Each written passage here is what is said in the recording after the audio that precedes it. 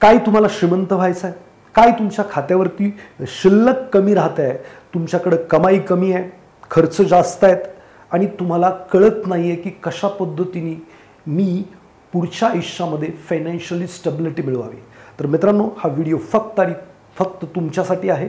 शेवटपर्यंत नक्की पहा, याचे नोट्स काढा. आय गॅरंटी यू, जर तुम्हाला आर्थिक साक्षरतेचं महत्त्व कळलं तर तुम्ही आर्थिक साक्षर व्हाल आणि आर्थिक स्वातंत्र्य तुम्ही 100% स्वतःसाठी आणि तुमच्या कुटुंबासाठी मिळवाल. मित्रांनो, या चॅनलवरती जर नवीन असाल तर नक्की या चॅनलला सबस्क्राईब करा आणि हा व्हिडिओ शेवटपर्यंत पहा. नमस्कार मित्रांनो, मी आकाश गोंदावले. मागचे 22 वर्ष झालं फायनान्समध्ये काम करतोय आणि लोकांना मागच्या 10 वर्षापासून आर्थिक साक्षरता या विषयावरती मार्गदर्शन करतोय. सगळ्यात महत्त्वाची गोष्ट, अर्थसाक्षर जर झालात तर आर्थिक स्वातंत्र्य मिळवू शकेल आणि अर्थसाक्षर जर नाही झालात तर फक्त नशिबाला, बॉसला किंवा समाजाला, सरकारला दोष देत बसाल. आपल्याला दोष देऊन गरीबच राहायचं आहे का काहीतरी पावलं उचलून श्रीमंती मिळवायची आहे हे आपण ठरवायचं आहे. सगळ्यात महत्त्वाची गोष्ट जी आहे, आर्थिक साक्षर जर तुम्ही नसाल तर होऊ शकतं की लो अर्निंगच्या ट्रॅपमध्ये तुम्ही अडकलेले असाल. लो अर्निंग का आहे? किंवा तुमचा पगार कमी आहे, 10,000 आहे, 15,000 आहे, 25,000 आहे, व्हॉटएव्हर. लो अर्निंगचा ट्रॅप मधून जर तुम्हाला बाहेर पडायचं आहे तर तुम्हाला आर्थिक साक्षर होणं खूप गरजेचं आहे. बघा, आपल्याला कमी अर्निंगच का आहे? पहिली गोष्ट तर आपल्याला पैशाला कामाला लावता येत नाही आहे, सिस्टमला किंवा लोकाला कामाला लावता येत नाही आहे आणि मग आपण फक्त एकटेच सकाळपासून संध्याकाळपर्यंत काम करतोय आणि एकटा किती काम करू शकेल? तुमच्याकडे एक लिमिटेड वेळ आहे, एक लिमिटेड एफर्टच तुम्ही घेऊ शकता आणि लिमिटेड वेळ, लिमिटेड एफर्ट, लिमिटेड अर्निंगच तुम्हाला देईल. जर तुम्ही एका सिस्टमला किंवा लोकांना कामाला लावण्याचं शिकाल तर काय होणार की तुमच्याकडे समजा 50 लोक, 100 लोक काम करतायत, ते 8 तास काम करतायत, तर त्यातले 6 तास ते स्वतःसाठी, 2 तास तुमच्यासाठी. 100 गुणिले 200, 100 गुणिले जर 2 तास केलं तर 200 तास तुमच्यासाठी काम होतं आणि तुमचा वेळ वेगळा आहे. आता बरेचसे लोक म्हणतील, सर हे बिझनेस करायला लागेल, लोकांना सिस्टमला कामाला लावायचं म्हणजे आमच्याकडे पैसे नाहीत. मित्रांनो, कोणताही फर्स्ट जनरेशनचा बिझनेसमॅन तुम्ही काढून बघा, त्याच्याकडे पैसे नव्हते, त्याच्याकडे काहीही नव्हतं. धीरूभाई अंबानी, ह्या खूप सारी लोक, कोणाची नावं घेता येतील, परंतु मला एकच म्हणायचं आहे, ते कसे रेज केले जातात, फंड रेझिंग कसं केलं जातं, व्यवसाय कसा सुरुवात केला जातो किंवा लो इन्व्हेस्टिंग व्यवसाय का असतात हे समजून घेतलं पाहिजे. पहिली गोष्ट तर तुम्ही काय केलं पाहिजे, तुमची कमाई कमी आहे तर तुम्ही पैसे वाचवा. 100% वाचवणं गरजेचं आहे. पैसे वाचवल्यानंतर तुम्ही जे काही काम करताय त्यातलं हाय स्किल किंवा बेस्ट स्किल तुम्हाला आलं पाहिजे, तर तुमची कमाई वाढणार.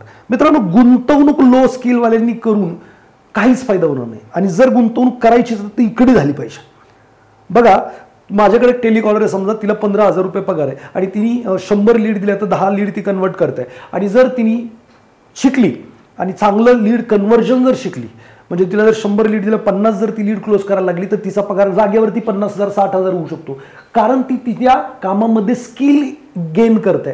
मग सेल्सवरती पुस्तकं वाचू द्यात, माइंडसेटवरती काम करू द्यात, कशा पद्धतीने लोक कन्वर्ट होतात, ह्या सगळ्या गोष्टींवरती जर तिने काम केलं तर मे माईट बी तिची अर्निंग झपाट्याने वाढू शकते. ज्यांचं कमी स्किल आहे त्यांनी सगळ्यात पहिलं तर स्वतःच्या ब्रेनवरती, स्किलवरती, तुमच्या कामातलं बेस्ट स्किल घेण्यावरती तुम्ही जर फोकस केला, ते कसं करायचं ते तुम्हाला शिकायला लागेल. लो अर्निंगला एकच पर्याय आहे, मोर अर्निंग. आणि मोर अर्निंग करायचं आहे तर स्किल गेन करायला लागेल, लोकांना सिस्टमला कामाला लावायला शिकवायला लागेल.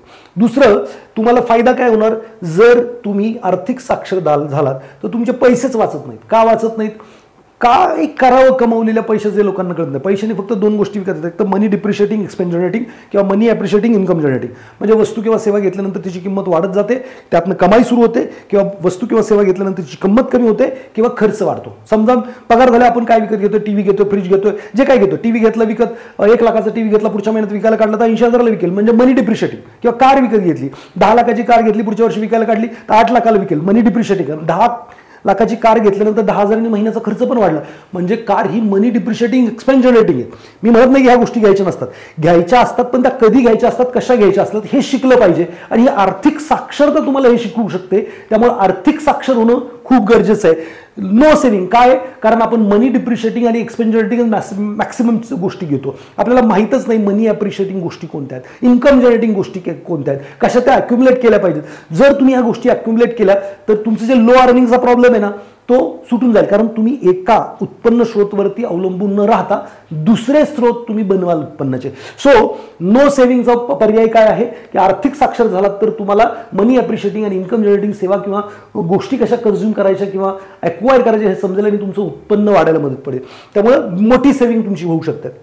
No idea about how money can work for you. बघा, आपल्याला माहीतच नाही पैसाला कामाला कसं लावायचं. लोक काहीतरी येतात, पॉन्जी स्कीम सांगतात किंवा काहीतरी पॉलिसीज सांगतात, आपण त्या घेतो. आपण आपल्यासाठी खरेदी करतोय का ते एजंटसाठी खरेदी करतोय, त्याच्या भल्याचं चाललंय का आपल्या भल्याचं चाललंय हे सुद्धा आपल्याला कळत नाही. बघा मित्रांनो, प्रत्येक माणूस म्हणतोय की तुम्हाला जर श्रीमंत व्हायचंय तर पैशाला कामाला लावायला लागेल, असेट्स बनवावे लागतील. Asset means something that page you more than inflation.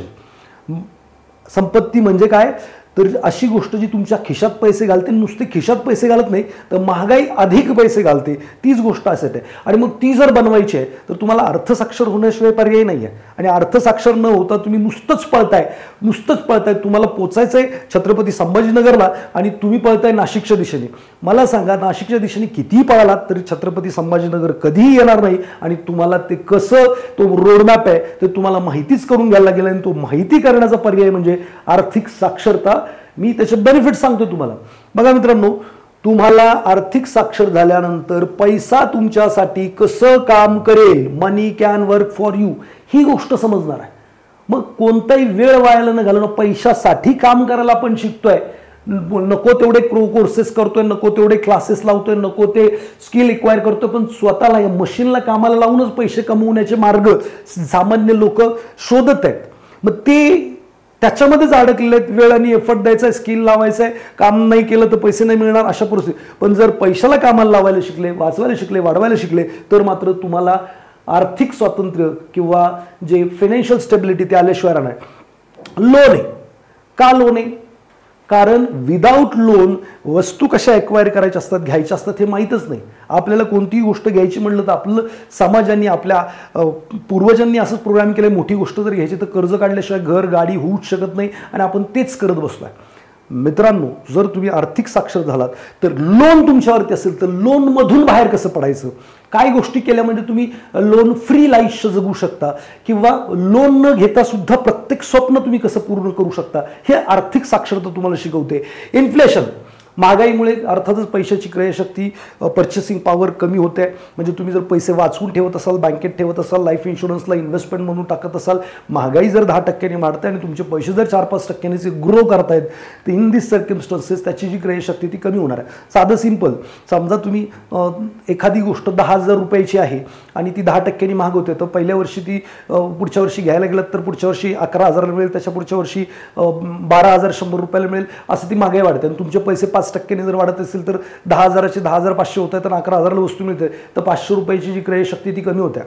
So तुम्हाला अर्थसाक्षर झाल्यानंतर इन्फ्लेशनवरती, पॉवर ऑफ बिटिंग इन्फ्लेशन तुमच्याकडे अर्थसाक्षरता घेऊन येते. आणि महागाईला हरवणे जर तुम्हाला जमलं तर तुम्ही गरिबीला हरवू शकता. ही गोष्ट तुम्ही लक्षात घेणं गरजेचं आहे.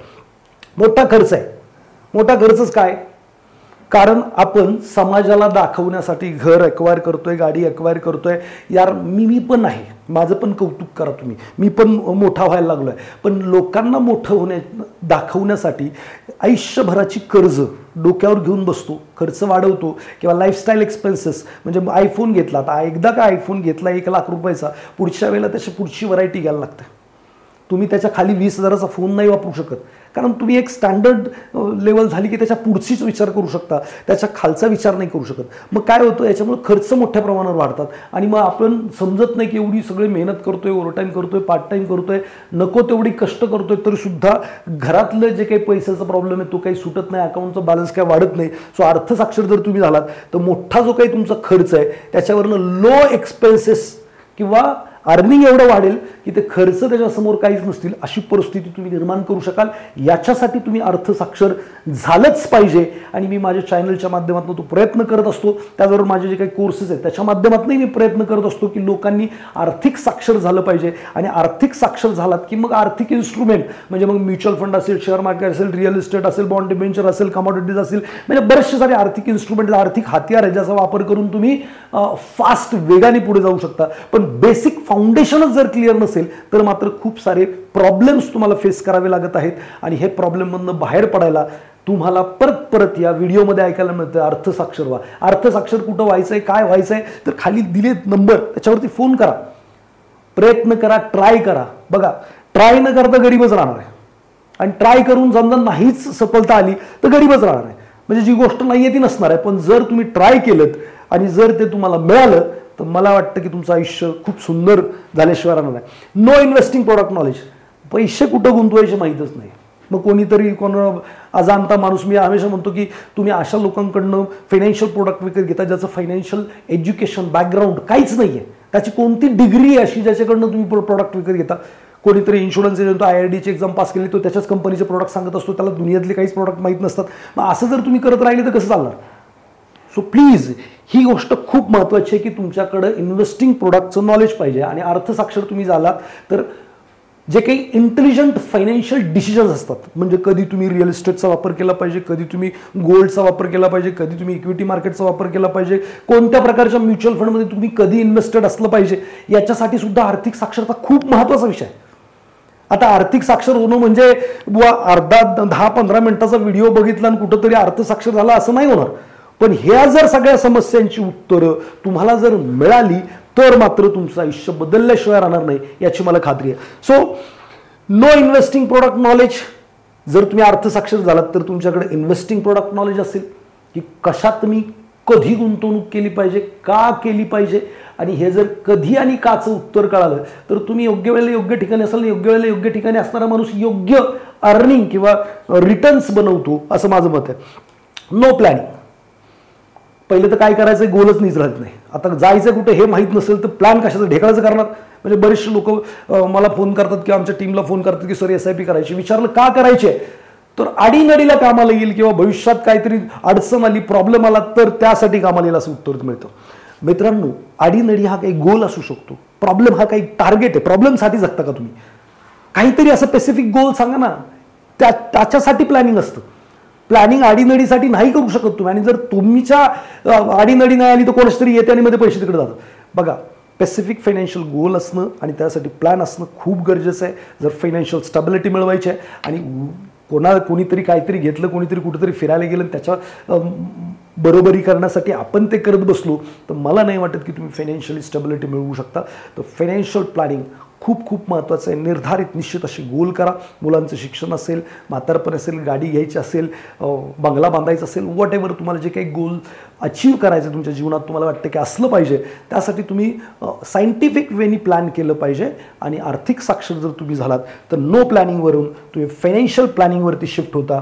ज्या गोष्टीसाठी तुम्ही इन्व्हेस्टमेंट करताय त्या सगळ्या गोष्टींसाठीच ते पैसे वापरले जातात आणि खऱ्या अर्थानं आर्थिक समृद्धी तुम्हाला मिळू शकते, आर्थिक स्वातंत्र्य तुम्हाला मिळू शकतं. शिवाजी महाराजांनी स्वराज्याची स्थापना केली होती. तुम्हाला आर्थिक स्वराज्य मिळवायचं आहे तर त्यासाठी सुद्धा तुम्हाला खूप साऱ्या गोष्टी सायंटिफिक वेनी करायला लागतात आणि ऐकताना फार डिफिकल्ट वाटतं, अरे हे सगळं कसं होणार, काय होणार, काही नाही. सुरुवात करायची असते आणि ॲटोमॅटिकली एक एक गोष्ट घडत जाते. तुम्हाला छत्रपती संभाजीनगरला जायचं, रात्री निघालात तुम्ही, अंधार दिसतोय, तुम्ही म्हणताय मला पूर्ण रोड दिसत नाही तोपर्यंत मी गाडीच काढत नाही. तसं नाही होणार. पहिले तुम्ही लाईट चालू करणार, 200 मीटरचा रस्ता दिसेल. जसं जसं तुम्ही पुढे जाल ना तसं तसं पुढचा 200 मीटरचा रस्ता दिसत जाईल आणि मग तुम्ही तिथं पोचणार आणि तुम्हाला काही गरज नाही की सगळं मला दृष्टिक्षेपात पाहिजे. दृष्टिक्षेपात पण येईल पण त्याची गरज नाही आहे. तुम्ही सुरुवात करणं गरजेचं आहे. पहिलं तर काय दिसतंय, आर्थिक साक्षर होणं गरजेचं दिसतंय. आकाश गोंदवले समोर दिसत आहेत. मग वाटतंय का ट्रस्टवर्दी, मग वाटतंय ट्रस्टवर्दी माणूस, मग क्लिक करायचं, फोन करायचा, जाऊन तर बघू, करून तर पाहू. काय तुम्हाला काही लुटणार नाही आहे किंवा तुमचं काही नाव करून नाही घेणार आहे. मग ट्राय करायला हरकत नाही. आणि हे ट्राय करत नाही आणि उगीच आपलं नशीबच माझं खराब आहे, बॉसच माझी सॅलरी वाढवत नाही आहे किंवा बायकोच अशी आहे, नवराच तसा आहे, ह्या सगळ्या गोष्टी सोडून द्या. तुम्ही हातपाय मारायला शिका. आणि मला असं वाटतं की या सगळ्या गोष्टींना ऑल सोल्युशन जर काय आहे तर ते आहे फायनान्शियल लिटरसी, आर्थिक साक्षरता. आणि तुम्हाला आर्थिक स्वराज्य निर्माण करायचं आहे असं जर तुम्ही ठाम निश्चय केलेला असेल तर मार्ग तुम्हाला कोणीही देऊ शकतं आणि मनी अकॅडमीची स्थापना त्यासाठीच झालेली आहे. सो मित्रांनो, हा व्हिडिओ तुम्हाला कसा वाटला मला नक्की कमेंट बॉक्समध्ये खाली सांगा. तुम्हाला याच्यातल्या कोणत्या विषयावरती अजून डीपमध्ये नॉलेज पाहिजे तो विषय पण खाली टाका. मी निश्चित पुढच्या वेळेला त्याच्यावरती व्हिडिओ नक्की बनवेल. नवीन असाल तर चॅनलला सबस्क्राईब करा आणि जर जुने असाल तर तुमच्या मित्रांना नातेवाईकांना जरूर हा व्हिडिओ शेअर करा, जेणेकरून ते सुद्धा आर्थिक साक्षर होऊन स्वतःच्या जीवनामध्ये आर्थिक स्वराज्य निर्माण करण्याचा प्रयत्न करतील. धन्यवाद.